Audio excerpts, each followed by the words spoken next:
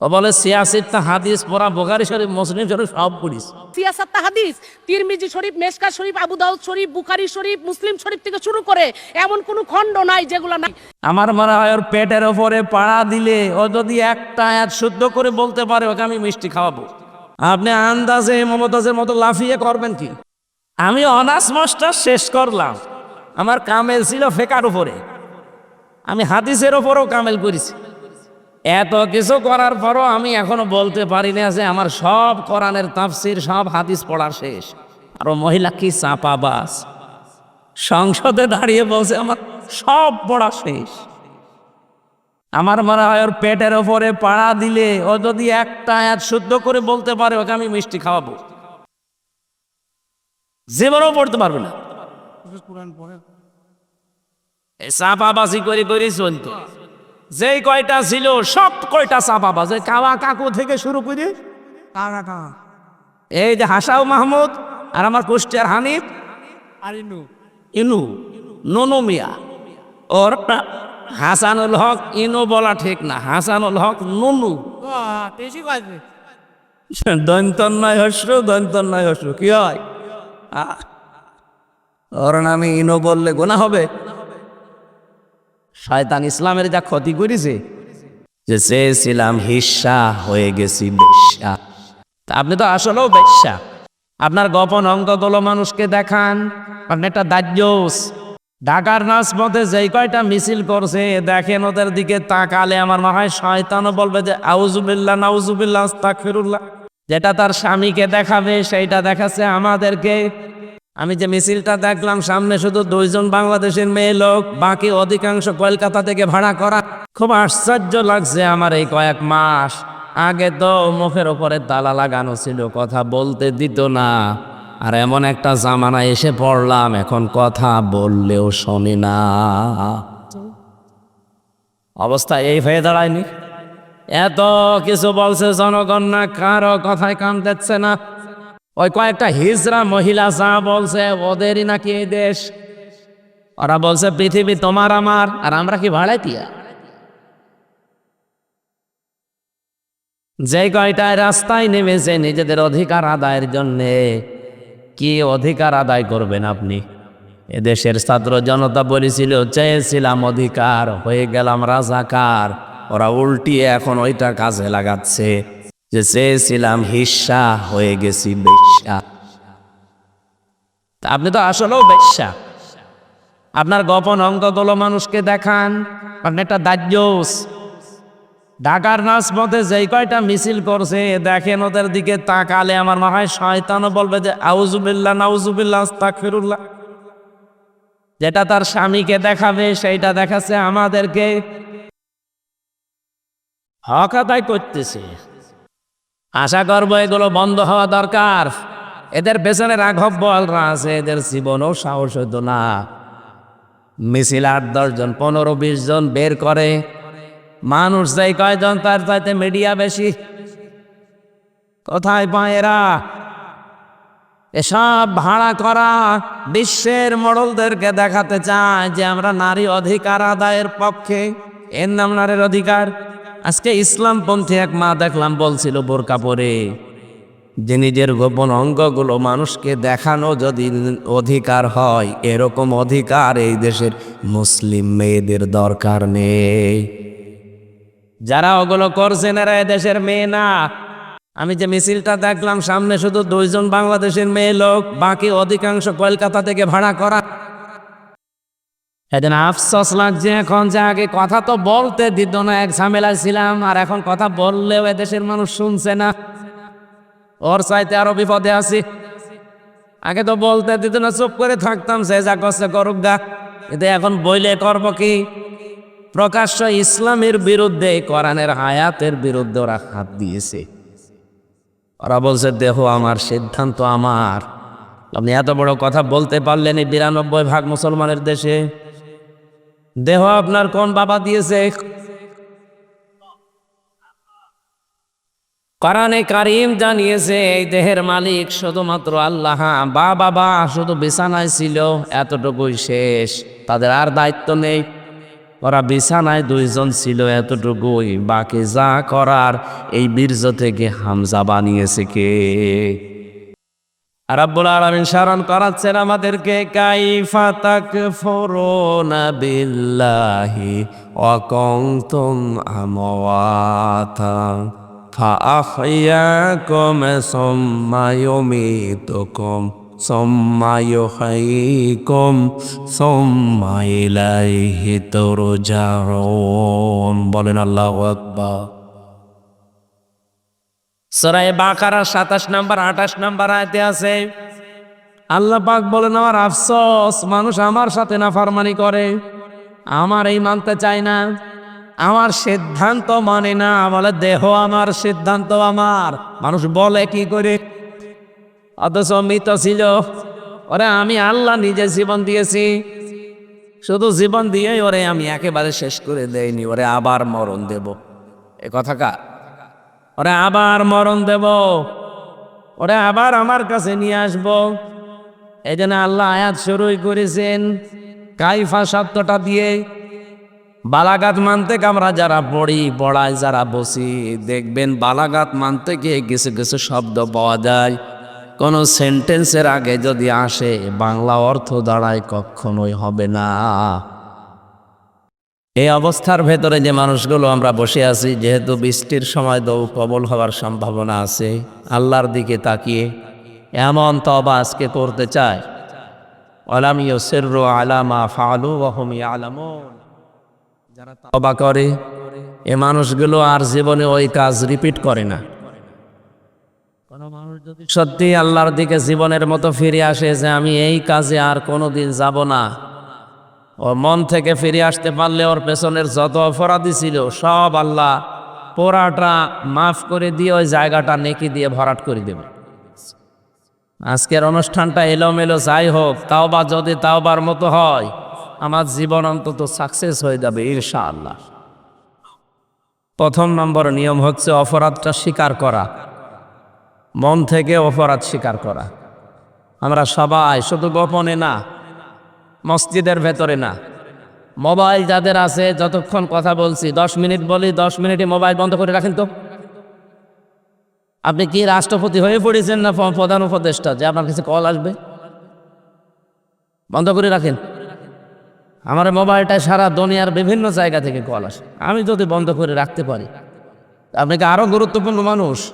বন্ধ করে রাখেন। মোবাইল যদি আবার কারো বেজে ওঠে না, কানের নিচে এমন জোরে দুটা দেবো, জীবনে একেবারে সব ভুলে যাবে।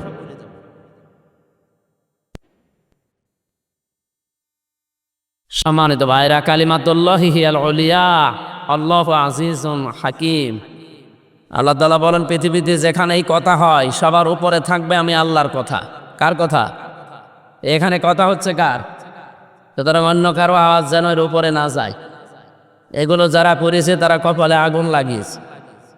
আমরা দেখতাম এই দেশে আল্লাহর নাম উপরে না, কি ছাতা মাথা উপরে তুলে রেখেছে। কে এটা পানবে দেশে? আল্লাহর নাম থাকবে সবার উপরে, কালিমাতুল্লাহি হিয়াল উলিয়া। অথচ সেই জায়গায় অন্য কিছু যেই রেখেছে, আল্লাহর মেজাজ গেছে খারাপ হয়ে। এই জন্য আল্লাহ এত অপমান করেছে, তাছাড়া এত অপমান করতো না। এই জন্য এখান থেকেও যদি কেউ শিক্ষা না নেন, তা আপনি যা করবেন আপনাকে এ চাইতে ডবল অপমানিত হওয়া লাগবে।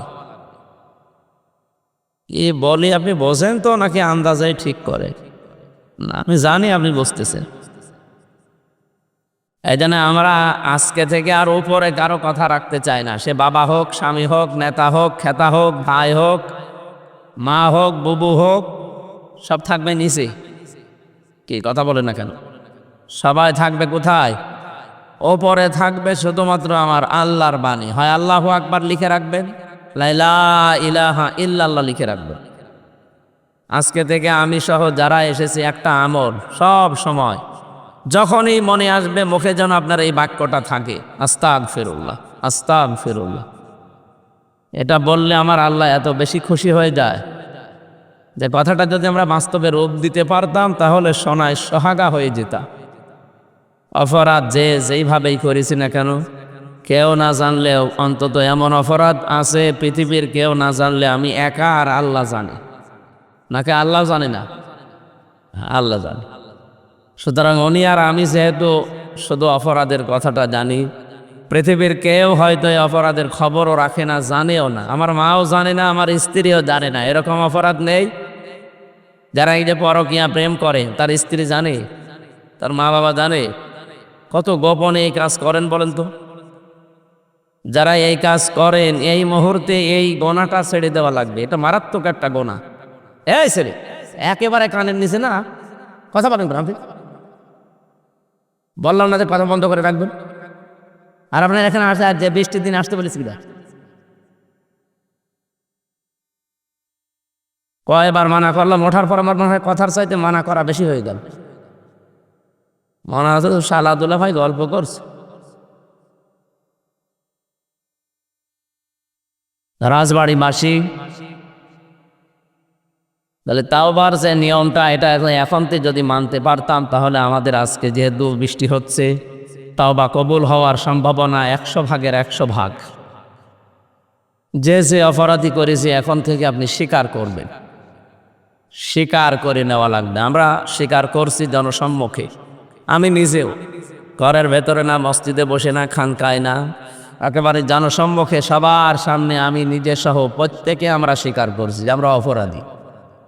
আমরা অপরাধী কিনা বলেন, মন থেকে বলেন যে আমরা অপরাধী। হ্যাঁ, আমরা অপরাধী। 2 নম্বরে অনুশোচনা করা লাগবে, অনুতপ্ত হওয়া লাগবে সব সময়। অন্যায় যদি একটা হয়েও যায়, এই অন্যায়ের কারণে অনুশোচনা করা লাগবে, অনুতপ্ত হওয়া লাগবে সব সময়। 3 নম্বরে জীবনে আমি আর এই কাজ করব না যদি আমার জ্ঞান থাকে, আমার যদি সজ্ঞানে থাকি। যতই যা আসুক ধোঁকা প্রতারণা, আমি এই রকম গোনায় আমি আর জীবনে আর আসব না। যাদের অন্যান্য জায়গায় অবৈধ লাইন আছে, এখনই যদি এই তওবা করতে পারেন যে না, যত রকমের সুখ শান্তির আশা আমার সামনে আসুক, শয়তান যত ধোঁকা দিক, এই অবৈধ কাজে আমি আজকে থেকে আর নেই। কোরআনে কারীম তাদের জন্য জানিয়েছে, ইল্লা মান তাবা ওয়া আমানা ওয়া আমিলা আমালান সলিহা ফাউলাইকা ইউবাদদিলুল্লাহু সাজ্জিআতিহিম হাসানাত। কোন মানুষ যদি এই নিয়তে বাড়ি থেকে বের হয় যে আল্লাহ আজকে আমি ভালো হয়ে যাব, তওবা করি, এই নিয়তে আমাদের আছে না? এই নিয়তে যারা বাড়ি থেকে এসেছেন যে যাই হোক আজ কোরআন শুনতে যাচ্ছি, আমি সত্যি আজকে ভালো হয়ে যাব, আল্লাহ পাক বলেন এই নিয়ত যদি করে 3টা শর্ত পূরণ করে নিতে পারে। প্রথমে এসে স্বীকার করবে আমরা যেটা করলাম, যে আমরা জনসম্মুখে বলছি আমরা অপরাধী। 2 নম্বরে আমরা অনুতপ্ত হচ্ছি, অনুশোচনা করছি নিজের কাছে নিজে। 3 নম্বরে আমি জীবনে এরকম অন্যায় যা করেছি ওই রকম কাজে আর ফেরত যাব না।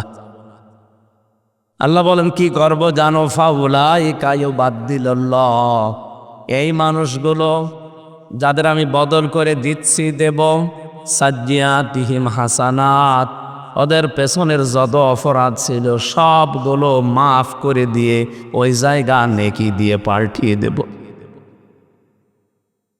আজকের আলোচনাটা যাই হোক এলোমেলো ছোটোখাটো, পরিবেশ আমাদের অনুকূলে প্রতিকূলে যাই হোক, আমরা বিশ্বাস করি এই বৃষ্টির কারণে এই তাওবা যারা করে ফেলেছে তারা নিষ্পাপ।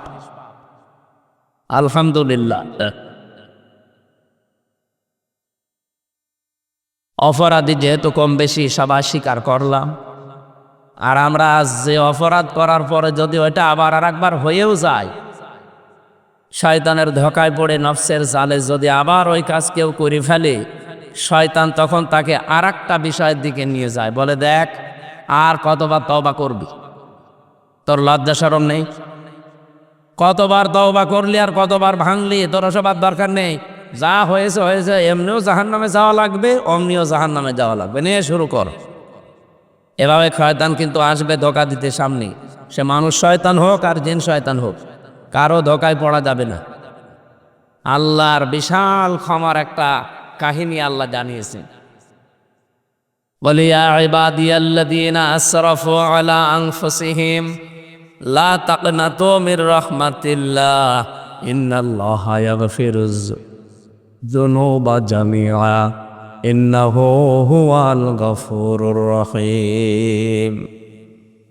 রাব্বুল আলামিন বলেন, হে নবী, আমার বান্দা আর বান্দীদেরকে আপনি বলেন, নফসের ওপরে জুলুম করে যারা নিজেদেরকে নষ্ট করে ফেলেছো, আশা হারিয়ে ফেলেছে যে না আর মনে হয় হবে না, ফিরে আসো, আল্লাহর রহমত থেকে নৈরাশ হয়ে যেও না। লা তাকনাতু মির রাহমাতিল্লাহ, কখনোই আল্লাহর রহমত থেকে নৈরাশ হয়ে যেও না। নিজেকে আল্লাহর রহমত থেকে দূরে মনে করবা না। ইন্নাল্লাহা ইয়াগফিরুয যুনুবা জামিআ, অবশ্যই আমার আল্লাহ পৃথিবীর যত অপরাধ আছে সব মাফ করে দিচ্ছে, দেবে। কারণ তার যে দুইটা নাম আল্লাহ এখানে নিয়েছেন, ইন্নাহু হুয়াল গফুরুর রহিম, তিনি একদিকে গফুর আর একদিকে রহিম। আমরা কায়দার পেছনে আল্লাহর ৯৯টা নাম পড়েছিলাম, তাফসিরে আমি ৫,০০০ নাম পেয়েছি। এই ৯৯টার ভেতরে একটা নাম আছে আত-তাওয়াব। কি আছে? তাওয়াব মানে পূর্ণ তওবা কবুলকারী। যতবার আপনি অপরাধ করবেন, যতবার ফিরে আসবেন, আল্লাহ ততবারই আপনাকে ক্ষমা করার জন্য বসে আছে। এখানে আমরা যারা আছি, আমার মনে হচ্ছে যদিও আমি ওপরে বসে আছি, সব চাইতে বড় অপরাধী এখন আমি, কারণ আমার নিজের হিসাব তো আমি জানি। এই পৃথিবীতে সব চাইতে বড় অপরাধী আমার কাছে নিজের মনে হয়। এই অপরাধের জন্য মন থেকে আজকে আমরা স্বীকার করে নিচ্ছি, আল্লাহ আমরা রহমত থেকে নৈরাশ হয়ে যাইনি, অবশ্যই আমি নিজে গুনাহগার, অপরাধী। ২ নম্বরে আমার মন থেকে অনুশোচনা আসছে, আমি অনুতপ্ত হয়ে গেছি। ৩ নম্বরে জীবনের মতো আজকে অটুট একটা সিদ্ধান্ত নেব, অটল সিদ্ধান্তে থাকব। যতই লোভনীয় বস্তু আসুক, যতই সহজ সরল অনুকূলে পরিবেশ তৈরি হোক, নিষিদ্ধ কোনো কাজে আমি হামজা সহ যারা আছি কোনোদিন আর যাব না। পারা যাবে না। আল্লাহর এক বান্দা ৯৯টা পর্যন্ত মানুষ মেরেছিল। ৯৯টা হত্যা করার পরে সে চিন্তা করছে, এত মানুষ মেরে ফেললাম, আমার মনে হয় আর মাফ হবে না। গ্রাম্য এক বান্দার কাছে জিজ্ঞাসা করছে, সে হালকা পাতলা নামাজ কালাম পড়াতে পারে এরকম মানুষ। বলছে, ভাই আমি তো ৯৯টা মানুষ মেরে ফেলেছি, আমার এ অপরাধ কি মাফ হবে? লোকটা করার হাদিসে ডিপলি গভীর জ্ঞান রাখে না, ও রাগ করে বলে ফেলেছে, তোর মাফ কিসের? তোর কোনো মাফ নেই, তুই ৯৯টা মানুষ হত্যাকারী, তোর জাহান্নামে দেবে। বলছে, জাহান্নামে যদি যাওয়াই লাগে তোমারে বাঁচিয়ে রাখে আমার দরকার কি? তোমার শেষ করে ওরে দিয়ে ১০০টা। মনের ভেতরে একটু আরেকটু অনুশোচনা যে আমি এ লোকটারও মেরে ফেললাম, একটু হালকা নামাজ কালাম পড়তো। এতদিন যা মেরেছি, অন্তত আজকে একটা ভালো মানুষও শেষ করে দিলাম। ঠিক আছে, মানুষের কাছে খোঁজ খবর নিয়ে এর চাইতে ভালো জানে যে এরকম একজন আলেম মানুষের কাছে গেছে। সেই লোকটা ডাক দিয়ে বলছে যে না, আপনাকে আল্লাহ মাফ করে দিতে পারে যদি আপনি তাওবার মতো তাওবা করেন। মনে বলছে, তাওবার মতো তাওবা কি? তাওবা কি এটা জানতে হলে আলেমের কাছে আপনাকে যাওয়া লাগবে। আপনি একজন আলেম, যে জ্ঞানী মানুষ, তাওবা বোঝে, তার কাছে যান। আপনি ভালো করে জিজ্ঞাসা করেন তার কাছে, জ্ঞানটা নেন, এলেমটা নেন, কি কি বলে আপনি সে অনুযায়ী বাকি জীবন চালান। আশা করি আল্লাহ আপনাকে মাফ করে দেবেন। লোকটা ওখান থেকে ফিরছিল আলেমের বাড়ির দিকে, আজকে আর নিজের বাড়িতেও যাব না। কিছু তো যাবার পরে আল্লাহ পাক বলেন, আজরাইলের জানটা নিয়ে আসো, জান কবজ করবে। এই যে মরণের বিছানায় পড়ে গিয়ে ও লাফাচ্ছিল যে আমি একটা ভালো কাজে যাচ্ছিলাম, আর এখনই আমার জানটা শেষ হয়ে যাচ্ছে। এতদিন যে এত বড় বড় অপরাধ করলাম, কোনোদিন তো হোঁচট খাইনি, আজকে হঠাৎ হোঁচট খেয়ে গেলাম। বুক দিয়ে হাত দিয়ে হাঁচড় দিয়ে সামনে যাওয়ার চেষ্টায় ছিল, যত দূর পর্যন্ত গেছে জানটা কবজ হওয়ার পরে ফেরেশতারা চলে এসেছে। আল্লাহর ফেরেশতা মণ্ডলী এসে জাহান্নামের একদল জান্নাতের একদল, জাহান্নামের যারা তারা বলছে রে আমরা জাহান্নামে নিয়ে যাব, 100টা মানুষ মেরে ফেলেছে। জান্নাতের মানুষ ফেরেশতা যারা বলছে না এরে জাহান্নামে নিতে দেব না, এ তো তওবা করার জন্য বাড়ি থেকে বের হয়েছিল। এ আলেমের কাছে জিজ্ঞাসা করে, আলেকজন আলেমের কাছে যাচ্ছিল তওবার নিয়ম শিখতে, যদিও এখনো সে তওবাটা পরিপূর্ণ করে নাই, শুধুমাত্র নিজে নিজে স্বীকার করেছে যে আল্লাহ আমি অপরাধী, আমি অনুশোচনা করছি, জীবনে এই কাজগুলো আমি আর করবো না, এগুলো জানার জন্য যাচ্ছিল, এখনো কিন্তু পরিপূর্ণ তওবা সে করেনি। দুই দল ফেরেশতার ঝগড়া যখন আল্লাহ পাক রব্বুল আলামিনের কাছে তারা দুই দলেই গেছে, জিজ্ঞাসা করছে সিদ্ধান্ত মালিক তোমার, এ জান্নাতে যাবে না জাহান্নামে যাবে একটু আমাদের বলে দেন। সঙ্গে সঙ্গে আল্লাহ পাক বলেন একটা কাজ করো, আমার এই বান্দার লাশ থেকে ওর বাড়ি পর্যন্ত একটা মাপ দাও, আর ওর লাশ থেকে যে আলেমের বাড়ি যাচ্ছিল আলেমের বাড়ি পর্যন্ত একটা মাপ দাও। যেদিকে দূরত্ব কম হবে, যদি আলেমের বাড়ির দূরত্ব কম হয় লাশ থেকে আমি আল্লাহ সত্যি ওরে মাফ করে দেব। বুখারী শরীফের হাদিস এটা। নবীজি বলেন আল্লাহর এই বান্দার লাশ থেকে তার আলেমের বাড়ি পর্যন্ত রাস্তার দূরত্ব বেশি ছিল, নিজের বাড়ির দূরত্ব কম ছিল, এরপরেও মহান রব্বুল ইজ্জাত আল জালাল মাটিকে আদেশ দিলেন, মাটির ভেতরে ভূমিকম্প তৈরি হয়ে গেল, লাশকে আমার আল্লাহ আষাঢ় দিয়ে আলেমের বাড়ির দিকে কমপক্ষে 2.5 হাত পর্যন্ত এগিয়ে দিয়েছে। ফেরেশতারা মাপ দিতে গিয়ে দেখে যে নিজের বাড়ি থেকে এ আলেমের বাড়ি পর্যন্ত দূরত্বর দিক থেকে লাশের কাছ থেকে আলেমের বাড়ি কাছাকাছি হয়ে গেছে। আল্লাহর সিদ্ধান্ত ছিল যেটা কাছে হবে সেই দিকে যাবে। রব্বুল আলামিন শুধু তার তাওবা করার নিয়ত ছিল, পরিপূর্ণ করতে পারে নাই, তারপরও আল্লাহ তাকে মাফ করে জান্নাত দিয়ে দিয়েছে। এত বড় একটা অপরাধী যদি সত্যিই মাপ পেয়ে যায়, এটা হাদিস, আমি বানিয়ে বললাম না। আমরা এখানে অত বড় অপরাধী হয়তো নেই, অপরাধ আমাদের জীবনেও আছে, জেনার গুনাহ আমাদের জীবনে আছে, চুরির গুনাহ আমাদের জীবনে আছে, সকলখড়ি গুনাহ গীবতের গুনাহ আমাদের জীবনে আছে, মানুষ হত্যা করার গুনাহ আছে। কারণ বিয়ের পরে কত মানুষ নিজের সন্তান দুনিয়ায় আসার আগে মেরে ফেলেছে, এটাও মানুষ হত্যার শামিল। হয়তো সময় বুঝেছেন কি বোঝেন নাই, শয়তানের ধোকায় হোক নফসের জালে যে কি খাওয়াবি, বিয়ের কেবল 2 বছর 1 বছর 3 বছরও যায়নি, এখনই যদি ছেলে মেয়ে হয় মানুষ কি বলবে, এই ভয়তে হলেও হয়তো আমরা ওই সময় বহু মানুষ জেনে না জেনে নিজের সন্তান ছেলে হোক মেয়ে হোক দুনিয়ায় আসতে দেয়নি, আগেই মেরে ফেলেছি। এরকম মানুষ দেশে নেই, এটা রেকর্ড হচ্ছে, তো এই জন্য বললাম।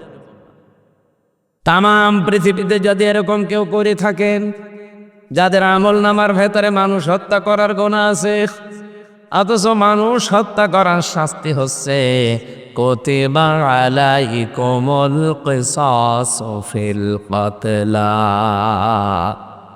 কেউ যদি কোনো মানুষকে মেরে ফেলে তার প্রথম শাস্তি হচ্ছে তাকে মেরে ফেলা লাগবে। এই কঠিন পরিস্থিতি যারা পার করলাম, ময়দানে হাসরের ময়দানে মাহশারে যদি এখন তুলে বলে তোর আমল নামার ভেতরে মানুষ হত্যা করার গুনাহ আছে, তোর আমল নামার ভেতরে চুরি করার গুনাহ আছে, তোর আমল নামার ভেতরে গীবতের গুনাহ আছে, এর ভেতরে চকলখড়ি করার গুনাহ আছে, অন্যের উপরে দোষ চাপিয়ে দেওয়ার গুনাহ আছে, এটা নেই দেশে।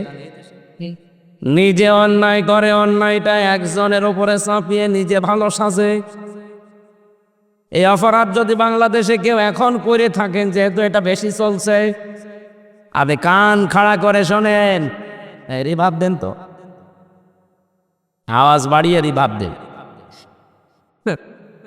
কোরআনে কারিম জানিয়েছে ওমাইয়াকে সেবে খতিয়াতান আও ইসমান সুম্মা ইয়ারমি বিহি বারিয়ান ফাকাদ ইহতামালা বুহতানা ওয়া ইসমান মুবিনা।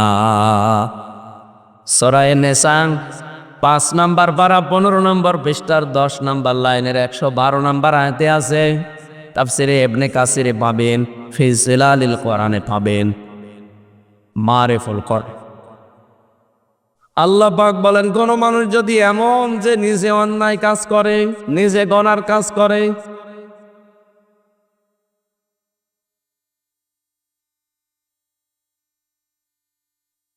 নিজে মানবতা বিরোধী কোনো কাজে আঞ্জাম দেয়, আর কাজটা যখন হয়ে যায় তখন একটা ভালো মানুষ নিরপরাধ মানুষের ওপরে দোষটা চাপিয়ে দিয়ে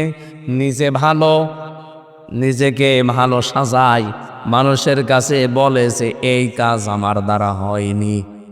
আল্লাহ তাআলা বলেন, দুনিয়ার কেউ যদি নাও বোঝে, ফাকাদ ইহতামালা বুহতানা ওয়া ইসমান মুবিনা, সে যেন প্রকাশ্য পাপের বোঝা বহন করে নিয়ে বেড়াচ্ছে। আর রাজবাড়িবাসী আয়াত থেকে কি পেলেন আপনি বলেন তো?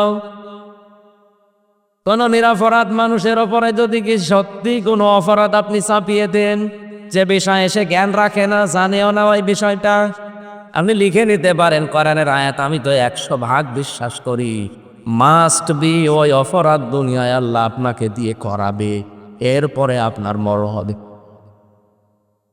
আপনি ভালো ভালো মানুষকে বিনা দোষে মেরে ফেলেছেন, এমন এমন দোষ তাদের ওপরে চাপিয়ে দিয়েছেন, জীবনে যে লোকগুলো এ দোষ করে নাই, আপনি নিজেও জানেন যে এরা এই দোষে দোষী না। নিজের খাহেশ মেটাতে বিভিন্ন মানুষের প্ররোচনায় প্রলোভনে পড়ে, শয়তানের ধোঁকায় কোনো মানুষের যদি ক্ষতি করে ফেলেন, যে ক্ষতি করেছেন ওই ক্ষতি তো হওয়ার কথা ছিল না, আপনার নিজের রাগে পড়ে হিংসায় করে আপনি করেছিলেন। আপনি লিখে নিতে পারেন, কোনো অসুবিধা নেই, আমি লিখে দেব, যদি না হয় আমি ওই কাজ ঘটাবো। যা করলেন ওইটা আপনাকে জীবদ্দশায় আল্লাহ নিজে করাবে। আমি মা বাংলায় বলছি, যারা এই যে 15.5 বছরে বহু মানুষকে বিপদে ফেলেছে, বিনা কারণে দুনিয়া থেকে বিদায়ও করে দিয়েছে, এমনকি আয়না ঘরে পর্যন্ত রেখেছে। যাদেরকে রেখেছিল বলেন তোরা কি আয়না ঘরে থাকার মতো মানুষ? সব বাদ দিলাম, শুধু ব্যারিস্টার আরমান, তার বাবার জন্য আপনি কাতে 8 বছর আয়না ঘরে রাখলেন। বাবা অপরাধী হলে যদি ছেলেকে অপরাধের শাস্তি দেওয়া লাগে, বলেন এই বাংলাদেশে 15.5 বছর যারা অপরাধ করেছে তাদের ছেলে মেয়েরাও তো এখন এই দেশে থাকার অধিকার রাখে না। বাবার অপরাধী যদি ছেলে অপরাধী হয়, তাহলে এদেশে আপনি থাকতে পারবেন? আইন তো আপনি নিজেই বানিয়েছেন, নিজেই ধরা খাবেন। কি বলেন? এই জন্য আইন বানানোর সময় চিন্তা ভাবনা করে বানাবেন। এখনো যারা দায়িত্বে আছে, আগে তো একটা বুকের ওপরে পাথর চাপা ছিল, মনে করছেন পাথরটা মনে হয় সরিয়ে গেছে? না, আগে তো কথা বলতে দিত না, আর এখন কথা বললে শোনে না। আগে কথা বলতে দিত না এক, আর এখন কথা বললেও শোনে না। কারণ যে কয়টা দায়িত্বে আছে অধিকাংশগুলো এখন দেখতে পাচ্ছি আল্লাহ, রাসূল এবং মানবতার বিরুদ্ধে। যে কথাটা শুরু থেকে তুলতে চেয়েছিলাম, খুব আশ্চর্য লাগছে আমার এই কয়েক মাস আগে তো মুখের ওপরে তালা লাগানো ছিল, কথা বলতে দিত না, আর এমন একটা জামানায় এসে পড়লাম এখন কথা বললেও শোনে না।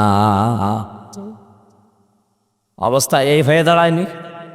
এত কিছু বলছে জনগণ, না কারো কথায় কান দিচ্ছে না। ওই কয়েকটা হিজড়া মহিলা যা বলছে, ওদেরই নাকি এই দেশ। ওরা বলছে পৃথিবী তোমার আমার, আর আমরা কি ভাড়াটিয়া? যে কয়টায় রাস্তায় নেমেছে নিজেদের অধিকার আদায়ের জন্যে, কি অধিকার আদায় করবেন আপনি? এদেশের ছাত্র জনতা বলেছিল চেয়েছিলাম অধিকার, হয়ে গেলাম রাজাকার। ওরা উল্টিয়ে এখন ওইটা কাজে লাগাচ্ছে যে চেয়েছিলাম হিস্সা, হয়ে গেছি বেশ্যা। তা আপনি তো আসলেও বেশ্যা। আপনার গোপন অঙ্গগুলো মানুষকে দেখান। আপনি একটা দাজ্যস। ঢাকার রাজপথে যেই কয়টা মিছিল করছে দেখেন, ওদের দিকে তাকালে আমার মনে হয় শয়তানও বলবে যে আউযুবিল্লাহ নাউযুবিল্লাহ আস্তাগফিরুল্লাহ। যেটা তার স্বামীকে দেখাবে সেইটা দেখাচ্ছে আমাদেরকে। হক আদায় করতেছে।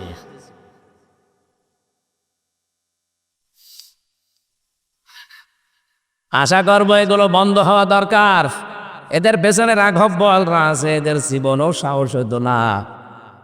মিছিল 8-10 জন 15-20 জন বের করে, মানুষ যাই কয়জন তার চাইতে মিডিয়া বেশি। কোথায় পায় এরা?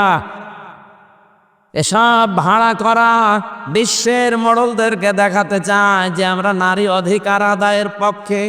এর নাম নারীর অধিকার। আজকে ইসলামপন্থী এক মা দেখলাম বলছিল বোরকা পরে যে নিজের গোপন অঙ্গগুলো মানুষকে দেখানো যদি অধিকার হয়, এরকম অধিকার এই দেশের মুসলিম মেয়েদের দরকার নেই। যারা ওগুলো করছেন এরা দেশের মেয়ে না। আমি যে মিছিলটা দেখলাম সামনে শুধু 2 জন বাংলাদেশের মেয়ে লোক, বাকি অধিকাংশ কলকাতা থেকে ভাড়া করা।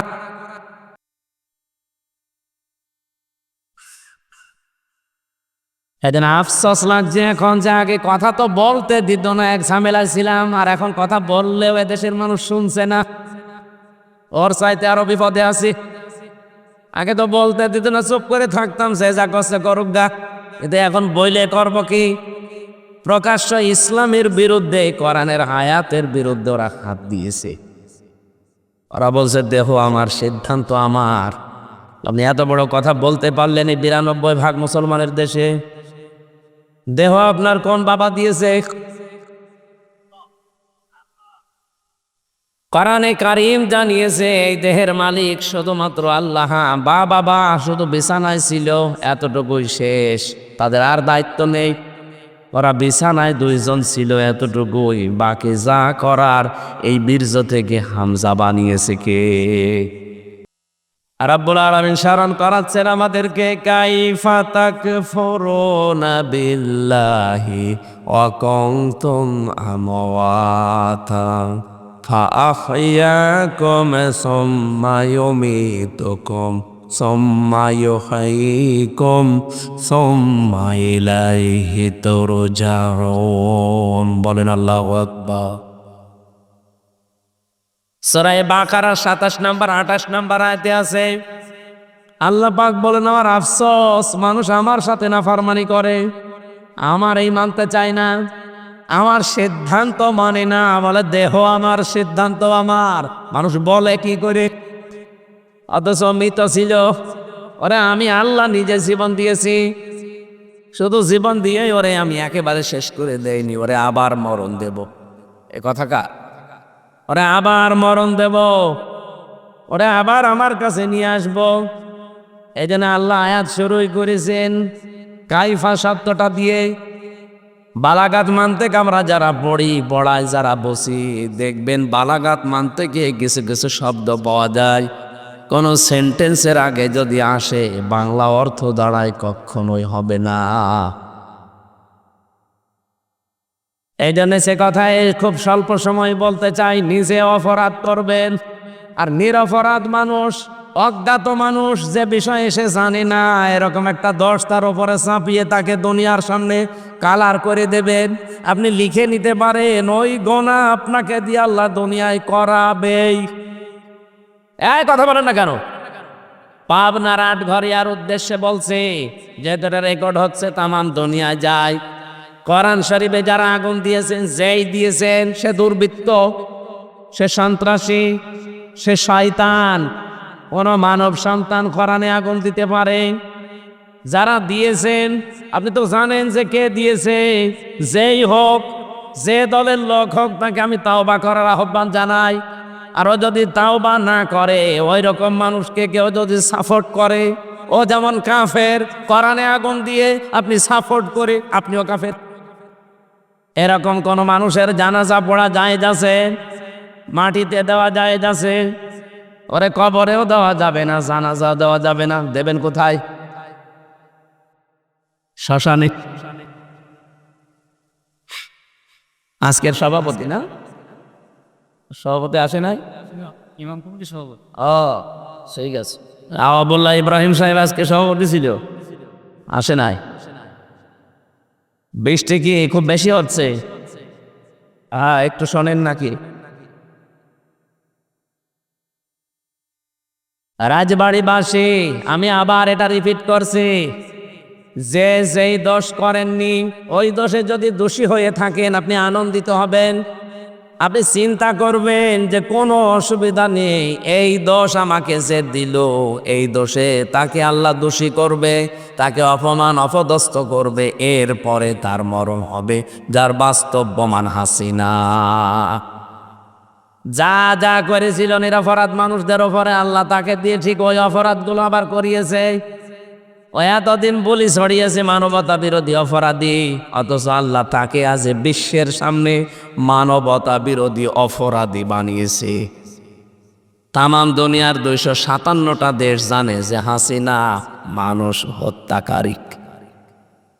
কি শুধু এতটুকুই না, ও যে আয়না ঘরে রেখেছিল 8 বছর 10 বছর, আন্তর্জাতিক আদালতে হেগে যে মামলাগুলো হয়েছে, আমার তো মনে হচ্ছে সামনে ওরেও আল্লাহ কপালে লিখে রেখেছে ওরেও আয়না ঘরে থাকা লাগতে পারে। আর ওপরে আয়না ঘরে আছে।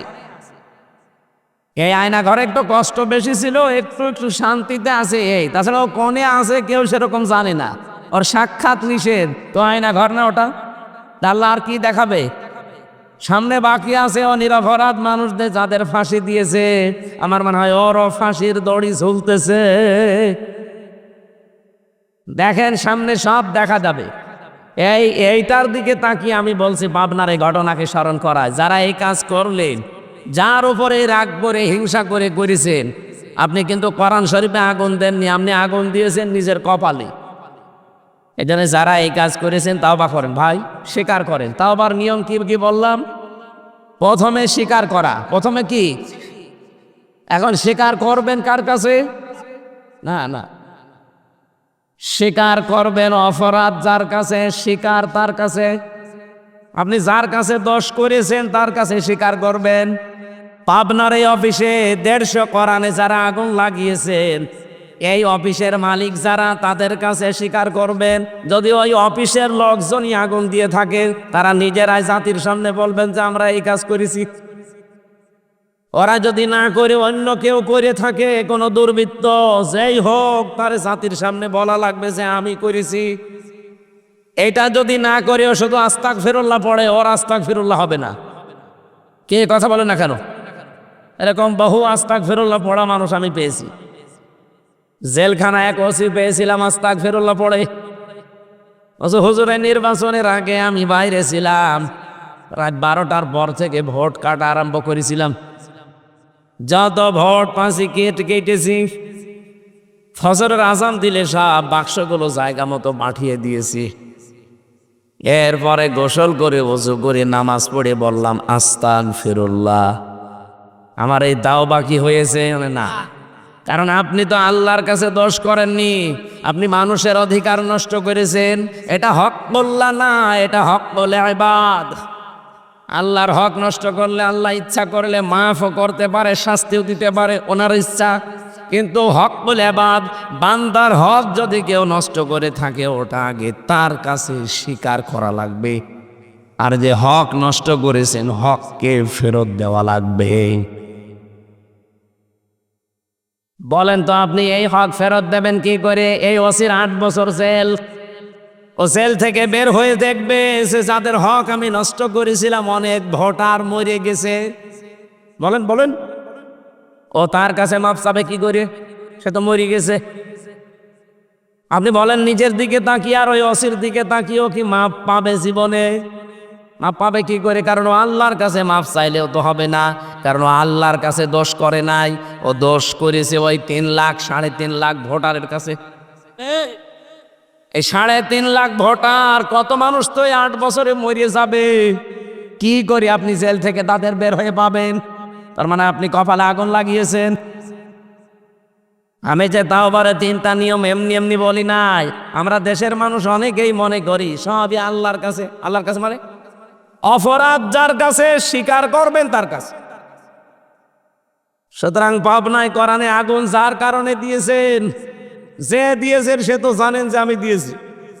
তার উচিত হবে জনসম্মুখে এসে অথবা ওই অফিসের মালিক যারা তাদের কাছে যে বলা যে ভাই আমি মাপ চাই, আমি অপরাধ করেছিলাম, এতগুলো কোরআন পড়িয়ে ফেলেছি, আমি আবার 150 কোরআন কিনে দেব।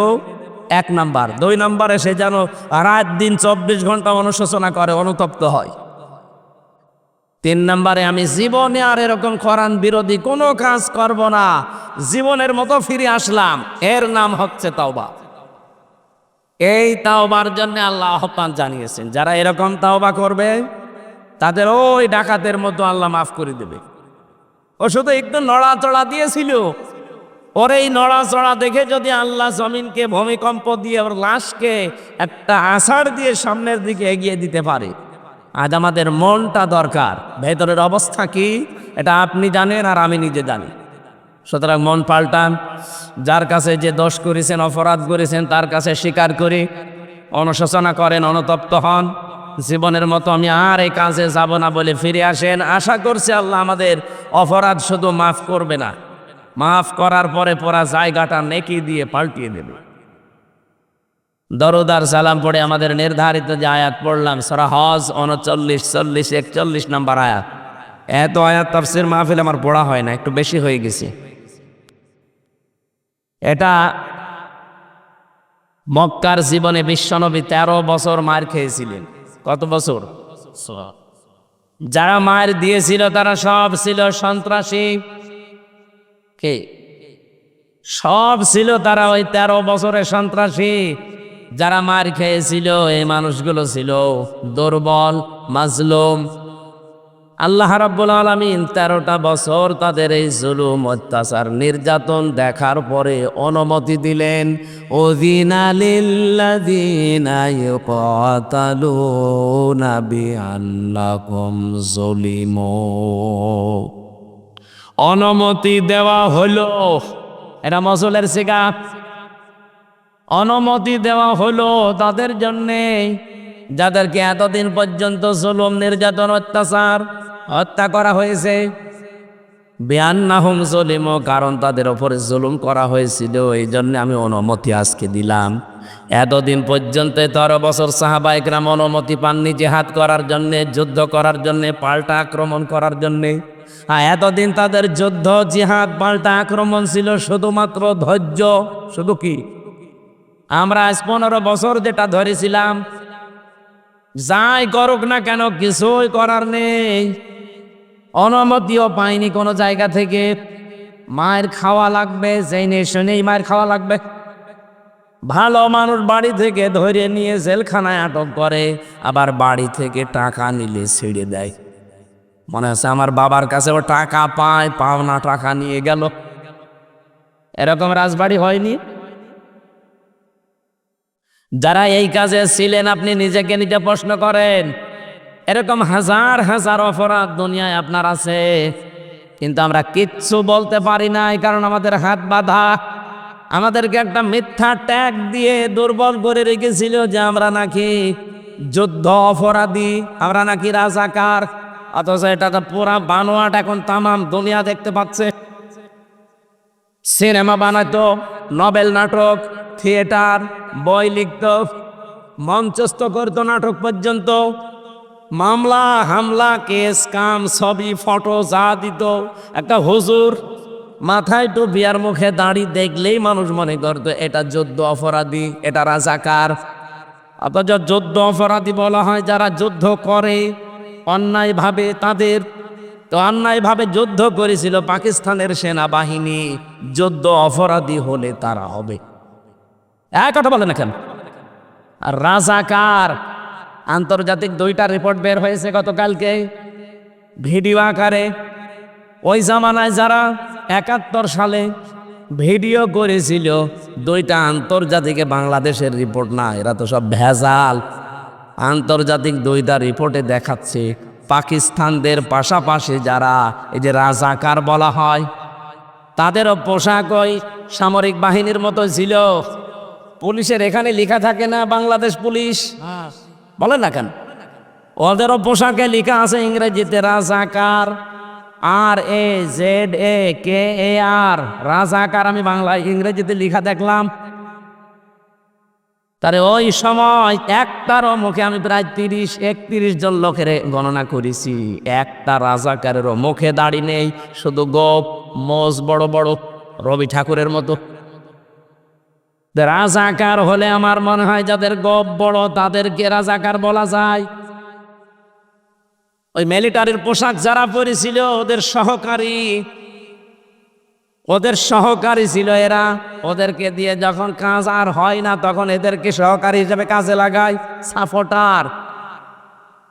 তো একটারও মুখে আমি দাড়ি পেলাম না, মাথায় টুপি পেলাম না।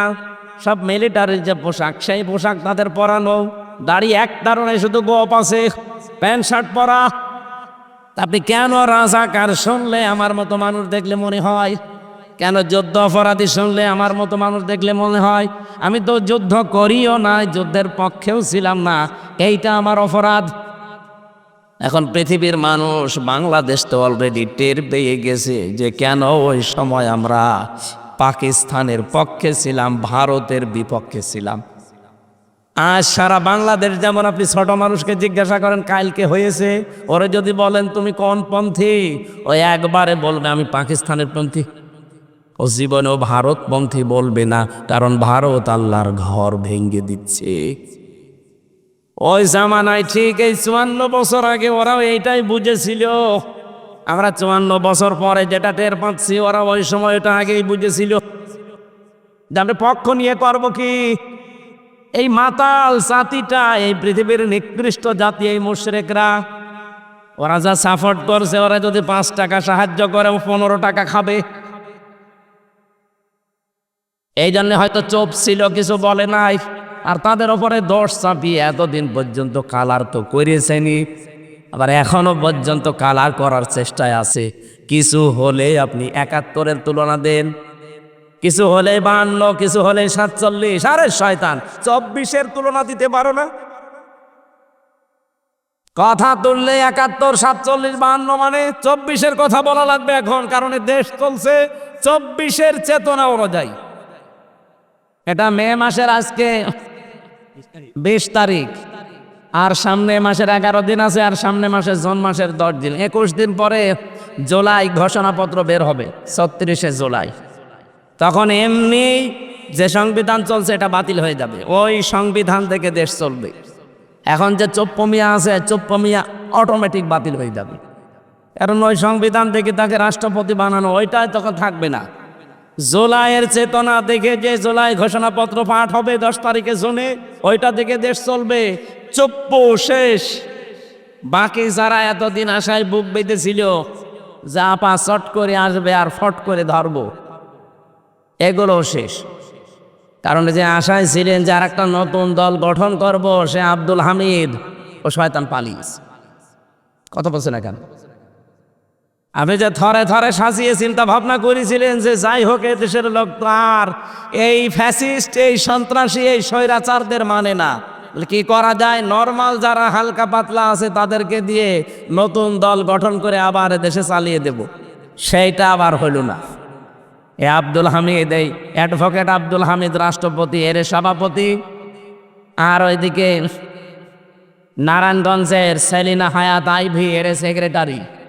এই দিয়ে চেষ্টা চালাচ্ছিল সামনে যে এদেরকে 2 জনকে দিয়ে আমরা চেষ্টা করব যে দেশে আবার আওয়ামী লীগ যেন না। সেটা তো অলরেডি নিষিদ্ধ হয়ে গেছে, একজন পালিয়েছে আর একজন ছেলে এখন মার্ডার মামলার আসামি। সব অডিও ফুটেজ আছে। স্বরাষ্ট্রমন্ত্রী আসাদুজ্জামান কামালের সাথে ওই সময় পুলিশের আইজিপি যে ছিল আব্দুল্লাহ মামুন, তার সাথে ভিডিও কি কি কথা হচ্ছে একেবারে দাঁড়িয়ে, সব এখন প্রমাণ হাতে নাতে। আপনি যাবেন কোথায়? আর বাকি 3 নাম্বার স্থলে ছিল সাবের হোসেন চৌধুরী, আর আরেকজন ছিল ওদিকে কক্সবাজারের এই দুইজনকে দিয়ে মনে করেছিল 3 নম্বর স্তরে এদেরকে দিয়ে সাজাবো, সেইটাও গুড়ে বালি। সে সাবের হোসেন চৌধুরীও নেই, আর এই কক্সবাজারে সে বাঁটা জাফরও এখন জেলে। তাহলে 1 2 3 স্তরে স্তরে সব শেষ। আপনি এখন যাবেন কোথায়? যাবেন কোথায় মানে জালেমরা যা করেছে তার পরিণতি ভোগ করা লাগবে না? এই জন্য আগামীতে কেউ যেন আবার এরকম জুলুম করেন না। নিজে যা করেন অপরাধ, আর একজন ভালো মানুষের উপরে ঘাড়ে দোষটা চাপিয়ে নিজে ভালো সাজছে। আপনি যার উপরে দোষ দিতে যান, আপনার বিবেকের কাছে প্রশ্ন করেন আসলে কি সেই লোকটা অপরাধী? আপনি কার দিকে তাকিয়ে কথা বলেন? বলেন। সুস যদি ঝাঁঝরকে বলে, ঝাঁঝর যদি সুসকে বলে যে তোমার পেছনে দেখলাম একটা ফোঁটা করা আছে, তো এটা মেনে নেওয়া যায়। সুসের তো ফোঁটা কয়টা, আর ঝাঁঝরের? তা আপনারা যারা দোষ দেন আজ, আপনাদের ফোঁটা কয়টা আপনারা জানেন?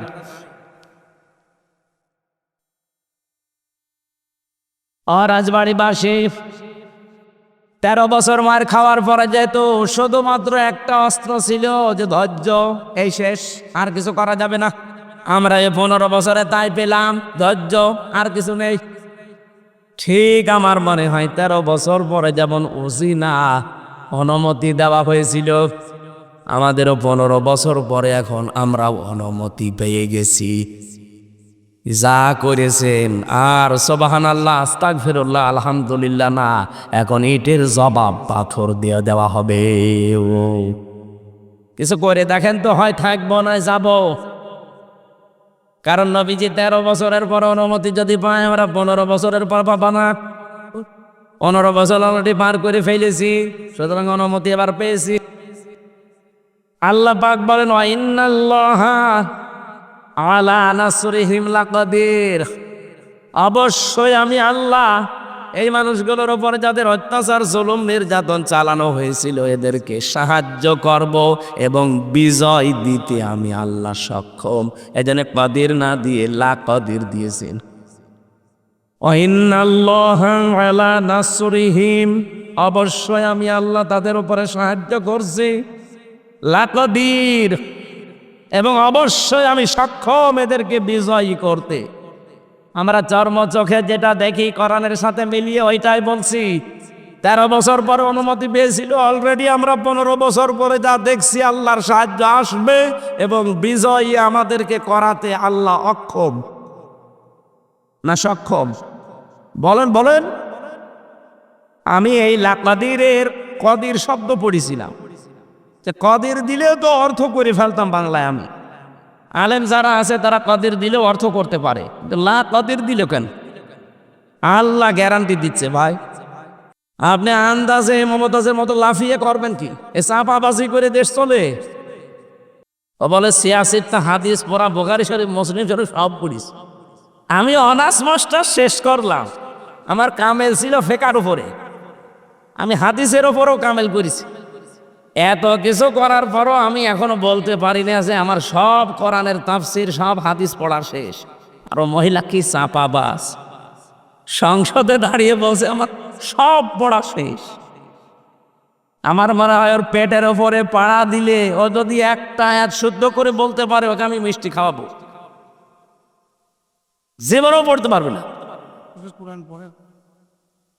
এই চাপাবাজি করে করে চলতো। যেই কয়টা ছিল সব কয়টা চাপাবাজ, কাওয়া কাকু থেকে শুরু করে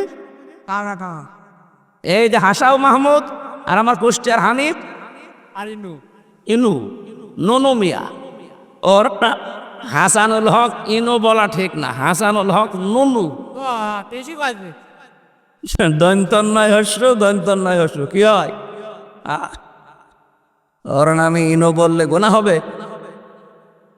শয়তান ইসলামের যা ক্ষতি করেছে। আল্লাহ রাব্বুল আলামিনের পরে বলেন আল্লাযীনা উখরিজু মিন দিয়ারিহিম বিগাইরি হাক্কিন ইল্লা আইয়াকুলু রাব্বুনাল্লাহ, তোমাদেরকে যারা ঘর বাড়ি থেকে বের করে দিয়েছে কোনো অপরাধ তোমাদের ছিল না, এই 15.5 বছর তোমাদের বাড়িতে থাকতে দেয়নি মিথ্যা অজুহাত দিয়ে, মিথ্যা মামলা দিয়ে, মিথ্যা সাক্ষী দিয়ে। একটাই মাত্র অপরাধ তোমাদের ছিল, আইয়াকুলু রব্বুনাল্লাহ, তোমরা বলতে যে আমাদের রব, আমাদের আইনদাতা কে? আল্লাহ। এই বাংলাদেশে আজও যারা বলে আমাদের আইনদাতা শুধুমাত্র আল্লাহ, তারাই বাতিলের টার্গেট। এদেশে ইসলামী দল অন ইসলামী দল কত আছে, সবাই জালেমদের কাছে, সবাই রাম আর বামদের কাছে, সবাই দাদা বাবুদের কাছে। কালার না, কালার শুধু তারা যারা বলে রব্বুন আল্লাহ, আমাদের রব আল্লাহ। আই কি এর তো ব্যাখ্যা করা লাগবে। রব্বুন আল্লাহ বললেন আমার রব আল্লাহ কি? রবের 5টা অর্থ হয়।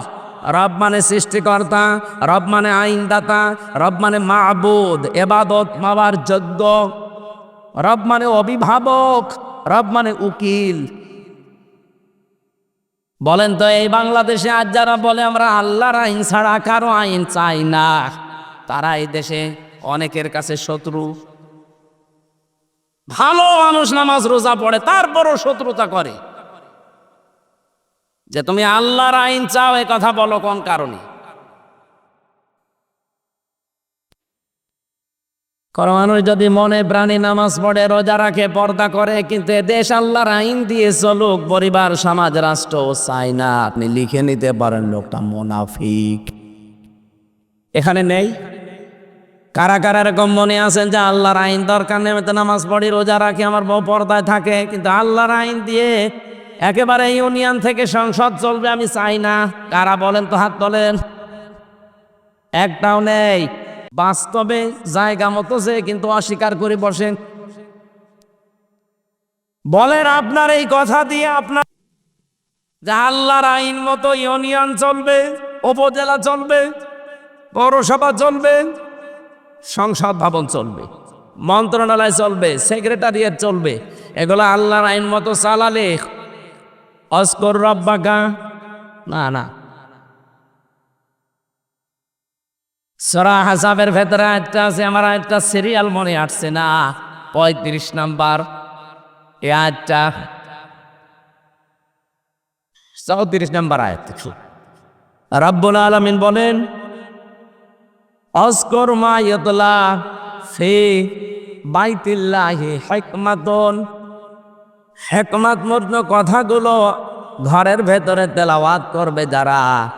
হিকমতপূর্ণ কথা এই পৃথিবীতে সবচাইতে হিকমতপূর্ণ কথা হতে পারে কার?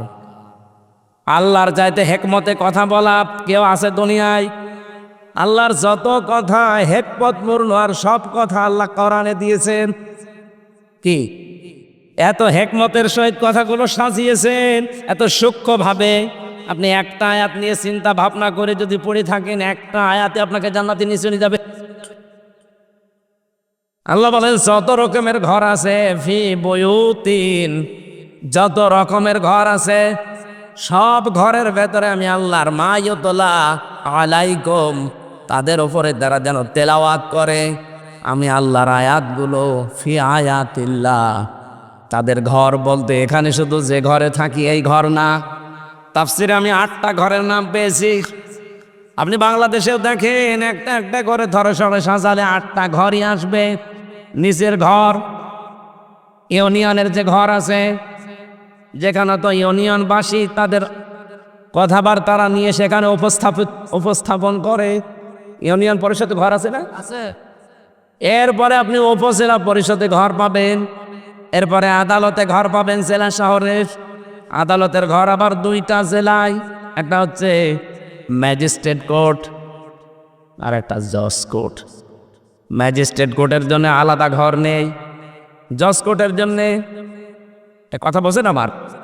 আপনি নিজের ব্যক্তিগত ঘর, ইউনিয়নের ঘর, উপজেলার ঘর, আদালতের ঘর। আদালতে তো 2 প্রকার বললাম।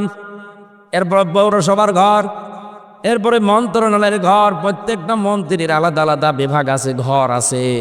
এরপরে সর্বোচ্চ ঘরের নাম হচ্ছে সংসদ। এটাও ঘর না? এই 8টা ঘরে যদি আল্লাহর আয়াতগুলো তেলাওয়াত হতো সকাল সন্ধ্যা, আর ওই আয়াতের উপরে যদি মেসেজ করে আমরা চলতে পারতাম, এই বাংলাদেশটাও মিনি জান্নাত হয়ে যেত।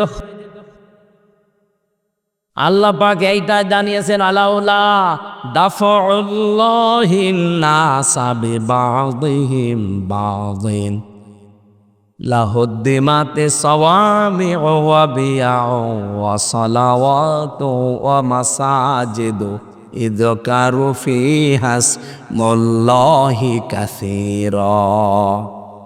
এখানে বাংলা অর্থ শুনলে আপনি মনে করবেন আয়াত ভুল, আমিও মনে করেছিলাম, কিন্তু স্পেশাল কিছু অর্থ এখান থেকে বের করা লাগবে। ওয়ালাউলা দাফাউল্লাহ, আল্লাহ যদি নিজে দাফা না করতেন, দাফা মানে প্রতিহত করা, ধ্বংস করা না, প্রতিহত করা, বাধার সৃষ্টি করা অথবা প্রতিবন্ধকতা সৃষ্টি করা, এরকম অর্থ হয় দাফা লাহুদ্দিমাতের। তাহলে ধ্বংস হয়ে যেত, শেষ হয়ে যেত, আল্লাহ যদি নিজে এটাকে প্রতিহত না করতেন।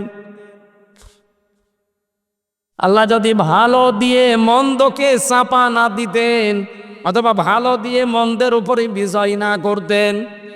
এক নম্বরের নাম দিয়েছিল মানুষের ভেতরে একে অন্যের দ্বারা যদি আমার আল্লাহ দাফা করে না রাখতেন, দমন করে না রাখতেন, নিচু করে না রাখতেন, দাবিয়ে না রাখতেন, কি হয়তো জানো? লাহুদ্দিমাত সাওয়ামিউ, সওমায়ের বহুবচন সাওয়ামি, এটা সংসার বিরাগী যারা এই বাংলাদেশে লালনের ফকিরের মাজারে যারা থাকে, চট্টগ্রামের মাইজ ভান্ডারের মাজারে যারা পড়ে আছে, আটরশির মাজারে যারা পড়ে আছে, মাজার কেন্দ্রিক জীবন যাপন যাদের, এরা আমরা মনে করি এরা সংসার বিরাগী, সংসার ত্যাগী। আল্লাহ বলেন এরা যেভাবে আল্লাহকে ডাকাডাকি করে, হ্যাঁ ওদের পদ্ধতি ভুল হতে পারে, ডাকে তো ওরা যেখানে বসে বসে ডাকে। আপনি লালনের মাজারে যান, যখন ওদের অনুষ্ঠান চলে, চুল একবার সামনে যায় একবার পেছনে যায়, কি জিকির! যদিও আল্লাহর নামের সাথে অন্য কাউকে ডেকে তারা শিরিক করে ফেলে, কিন্তু জিকির তো করছে। যার জিকির করুক, জিকির তো করছে সওয়াবের নিয়তে, ভালোর নিয়তে। আল্লাহ বলেন আমি এই সংসার বিরাগীদের ইবাদত খানা ওয়া বিয়াউন, বিয়াউনের বহুবচন বিয়াউন, এটার বাংলা অর্থ গির্জা, গির্জার সমূহ রাখতাম না। সালাওয়াতুন, খ্রিস্টানদের যে সমস্ত উপাসনালয় আছে ওই সমস্তগুলো রাখতাম না। ও মাসাজিদু, আল্লাহর ঘর, মসজিদের বহুবচন মসজিদ, মাসাজিদ, মসজিদও থাকতো না। ইযকারু ফিহা ইসমুল্লাহি কাসীরা, যেখানে আল্লাহর উচ্চারণগুলো বেশি বেশি হয়, আল্লাহর নামের উচ্চারণ যেখানে বেশি বেশি করা হয়ে থাকে, ওই জায়গাগুলো ঠিক থাকতো না, নষ্ট হয়ে যেত, ধ্বংস হয়ে যেত। যদি আল্লাহ এক পক্ষ থেকে আর এক পক্ষকে দাফন করে না দিতেন, দমিয়ে না রাখতেন, নিচু করে না রাখতেন। এর বাংলা অর্থ হচ্ছে যদি আল্লাহ ভালোর দ্বারা মন্দকে মাঝে মাঝে আঘাত না দিতেন, তাহলে এই উপাসনালয়গুলো একটাও ঠিক থাকতো না। এই জন্য মাঝে মাঝে আল্লাহ পৃথিবীকে গরম করে দেয়। আপনি তামাম দুনিয়ার দিকে এই সিস্টেমটাই পাবেন।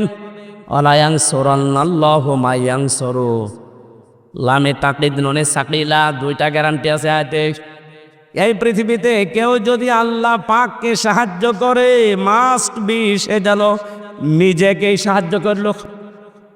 মাইয়ানসুরু হু, হুর মার যাও তার নিজের দিকে। কেউ যদি আল্লাহকে সাহায্য করে সে যেন নিজেকে সাহায্য করলো। প্রশ্ন আসতে পারে আল্লাহকে পাবো কোথায়? আল্লাহ রাব্বুল আলামিন এই পৃথিবীর সৃষ্টি জগতের ভেতরেই মিশে আছেন। এই জন্য কিয়ামতের ময়দানে আল্লাহ মানুষকে ডাক দিয়ে বলবে আমি ক্ষুধার্ত ছিলাম, আমাকে খাবার দাওনি। লোকজন বলবে আল্লাহ তুমি ক্ষুধার্ত হও কি করে খাবার দেব তোমারে? রাব্বুল আলামিন বলেন গরিব মানুষ তোমার পাশে গিয়ে খাবার চেয়েছিল, ক্ষুধার্ত, তাকে যদি খাবার দিতে ওটা আমাকেই দেওয়া হতো। এজন্য আল্লাহকে সাহায্য করা নিজেকে সাহায্যের নামান্তর। এই পৃথিবীতে আজ ক্ষুধা মুক্ত, দারিদ্র মুক্ত এরকম সমাজ, এরকম রাষ্ট্র উপহার দেওয়ার জন্য কাজ করা লাগবে। আজ বাংলাদেশে ক্ষুধা এবং দারিদ্র মুক্ত করার জন্য সবচাইতে বড় বাধা হচ্ছে দুর্নীতি। এক কথা বসে এ দেশটা খোদা এবং দারিদ্র মুক্ত করা সম্ভব যদি শুধুমাত্র দুর্নীতি না হয়। আপনি একটু ভাবতে, একটা শুধু পয়েন্ট বলছি, একটু ভাবতে পারেন। আমি বঙ্গবন্ধু টানেল দিয়ে আসছিলাম, 100 বছরের জন্য টানেলটা বানানো চট্টগ্রামে, মাটির নিচে পানির নিচ দিয়ে বানানো, সাগরের নিচে, ওর নিচ দিয়ে ওই উপরে হচ্ছে বাঁশখালী আনোয়ারা থানা, ওদিকে কক্সবাজার চলে গেল, আর এদিকে চট্টগ্রাম এয়ারপোর্ট। আমি নিচ দিয়ে যাবার সময় দেখছিলাম 100 বছরের টার্গেট নিয়ে যেটা বানানো, অলরেডি 1.5 বছরের ভেতরে নিচ দিয়ে ফেটে পানি উঠতেছে। এর জন্য যত বাজেট হয়েছিল, সব টাকাগুলো যদি এই জায়গায় কাজে লাগাতো, 1.5 বছরে না 100 বছরের ভেতরে পানি ওঠা সম্ভব ছিল না। এই যে পাবনার উপরে যে ব্রিজটা বানানো দেখেছেন না, পাকশির ব্রিজ, কি দেখেছেন? হার্ড, এটা কোন থানা? রাজবাড়ি, পাংশা। আর ওইটা হচ্ছে কুষ্টিয়ার, আর ভেড়া মারার পাশে ওই যে খুকসা, কি পাংশা, পাকশি। ওটা 100 বছর টার্গেট নিয়ে বানানো ছিল ওই সেতুটা, ওই লোহার সেতু। মাঝে মাঝে ওর পাশে দাঁড়ালে আমার মনে হয় লোহা আছে কত। 100 বছরের টার্গেট নিয়ে বানানি, অলরেডি 100 বছর পার হয়ে গেছে, কিছুই হয়নি। তার মানে যেভাবে বানানো দরকার, যা বাজেট ছিল, বোরাটা খরচ করে বানিয়েছিল, এই জন্য টিকে আছে জিনিসটা। আমি একটা গল্প শুনেছিলাম, আমার দাদার এক চাচাতো ভাই ছিল মাথা খারাপ। ও আমার দাদার কাছে বলছে, ভাই আমি পাকশির ব্রিজ দেখতে গিয়েছিলাম, মনে হচ্ছে 100 কেজি লোহায় আছে। কত কেজি? তার মানে ও 100-র উপর আর গুনতে পারে না। এই জন্য বলছে যে ব্রিজ দেখে আসলাম, মনে হচ্ছে 100 কেজি লোহায় আছে। ওখানকে 100 কেজি, তো একটা লোহায় তো 100 কেজি, কত হাজার হাজার মন লোহা দিয়ে বানানো। 100 বছর টার্গেট নিয়েছে, কিন্তু 100 পার হয়ে আমার মনে হয় আরো 100 বছর যাবে, কিছুই হবে না। আর বঙ্গবন্ধু টানেল তার বলা যাচ্ছে না, টনেল হয়ে গেছে। 1.5 বছরে পানি ওঠা আরম্ভ হয়েছে, এখন রিপেয়ারিং করছে। এখন পদ্মা সেতু নিয়ে কাজটা ভালো হয়েছে। বরিশাল, খুলনা বিভাগ আর ঢাকার সাথে ভালো যোগাযোগ ব্যবস্থা হয়েছে। এখন সব রিপোর্ট পাওয়া যাচ্ছে, এই সেতুটা যেই টাকা দিয়ে বানানো হয়েছে, ওই টাকা দিয়ে 4টা সেতু বানানো যায়। একটা সেতুর টাকা নাই শেষ, এখনো 3টা টেকর সেতুর টাকা কই? সব আল্লাহর ওলিরা পাঠিয়েছে বিদেশে। এই জন্য 8 দিন হয়ে গেল জয় সজীবজের জয় অলরেডি আমেরিকার ভিসা নিয়ে, নাগরিকত্ব নিয়ে, ওর ফর্ম পর্যন্ত পূরণ করে এখন ও ওই দেশের নাগরিক। এই দেশে আর ওর না আসলেও চলবে। আমি মালয়েশিয়া ছিলাম কিছুদিন আগে, সিঙ্গাপুরে। মালয়েশিয়াতে যে দোকানে গিয়েছিলাম, 4টা লোক কাজ করে এক দোকানে। এক লোক থাইল্যান্ডে বাড়ি, বাংলাদেশের যশোরের একজন আছে, পাকিস্তানের একজন, আর ভারতের 2 জন। এই লোকগুলো ওখানে কাজ করছে। প্রত্যেকে তার নিজের দেশ থেকে ভিসা পাসপোর্ট করে গেছে। আমাদের দেশ থেকে যে গেছে যশোর থেকে, তার 8.5 লাখ টাকা খরচ। মাসে ইনকাম তার 1.5 লাখ টাকা মাসে, মনে করেন 1.5 লাখ। ও আর একটু বেশি বলেছিল, আমি 1.5 লাখই ধরলাম। ওর পাশের চেয়ারে বসে বসে, যে দর্জির কাজ করে, কাপড় চোপড় সেলাই করে, ওর পাশে যে আছে সে, তার বাড়ি হচ্ছে পাকিস্তানি, তার খরচ হয়েছে 2,20,000 টাকা। তারও ইনকাম মাসে ওই 1.5 লাখ। এর পাশে দেখলাম 2 জন সেলাই করছে, তাদেরও মাসে 1.5 লাখ টাকা, তাদের খরচ হয়েছে 1,20,000। এর পাশে একজন থাইল্যান্ডের আছে, সেও কাজ করছে, তার খরচ হয়েছে আসতে 30,000 টাকা বাংলাদেশের টাকায়। পাশের রাষ্ট্র তো। 30,000 টাকা খরচ, ইনকাম হচ্ছে 1.5 লাখ। এই যে 5 জনের হিসাব বললাম, 5 জনেরই প্রতি মাসে এই দোকান থেকে ইনকাম, কাপড় চোপড় সেলাই করে 1.5 লাখ করে। কিন্তু খরচের তালিকা মিলান তো, 8.5 লাখ একজনের, 1,20,000 একজনের, 2,20,000 একজনের, 30,000 একজনের। খরচ তো প্রত্যেকের আকাশ পাতাল হয়ে গেছে, কিন্তু উপায় সমান সমান। আমি জিজ্ঞাসা করলাম এই টাকাগুলো, এত টাকা লাগে, ভারত পাকিস্তান আমরা তো পাশাপাশি, থাইল্যান্ড সেটা দূরে আছে, ওটা মেনে নিলাম, ঠিক আছে, কিন্তু পাশাপাশি থাকতে আমাদের কোথায় 8.5 লাখ আর কোথায় 2,20,000, 1,20,000, এত কেন? আচ্ছা, আমাদের ওই 2,20,000, 1,20,000 হয়ে যায়, তো বাকি টাকা হাসিনার বোন রেহেনা নেয়। আর ওই যে দরবেশ, ওই দাড়িওয়ালা দরবেশ সালমান এফ রহমান আর জয়, এই 3 জন মিলে আল্লাহর ওলিরা ভাগ পায়। শুধু মালয়েশিয়া 257টা দেশ আছে বিশ্বে, যত দেশে যত জায়গায় মানুষ, এই দেশ থেকে প্রায় 1 কোটির উপরে মানুষ থাকে, সব টাকা পয়সা একেবারে চোখ বন্ধ করে থাকলেও তাদের অ্যাকাউন্টে চলে যায়। বলেন সুবহানাল্লাহ। আপনি সুবহানাল্লাহ বলেন, আপনার রাসূল। আপনি চিন্তা করতে পারেন? এই জন্য বলছি দেশটা দাঁড়িয়ে যাবে, কোনো অসুবিধা নেই। এদেশের মানুষ মানুষ না, এটা মানব সম্পদ, শুধুমাত্র দুর্নীতি বন্ধ করা লাগবে। এই জন্য আল্লাহকে সাহায্য করা এখন আল্লাহর আইনগুলো জমিনে কায়েম করার মাধ্যমে, যে আল্লাহর আইনে জমিনে কায়েম করার জন্য চেষ্টা চালাবে, সে যেন লিখে নেয় যে আমি নিজেকেই নিজে সাহায্য করছি। ওয়ালা ইয়ানসুরান্নাল্লাহু মাইয়ানসুরুহু ইন্নাল্লাহা লাকাবিয়্যুন আজিজ। অবশ্যই আমি আল্লাহ লাকাবিয়্যুন আজিজ দিয়েছেন, কবিয়্যুন আজিজ দিলেও হয়ে যেত, মহাপরিক্রমশালী এবং শক্তিমান। আল্লাযীনা ইম্মাক্কান্নাহুম ফিল আরদি আকামুস সালাহ। বৃষ্টি জোরে চলছে নাকি?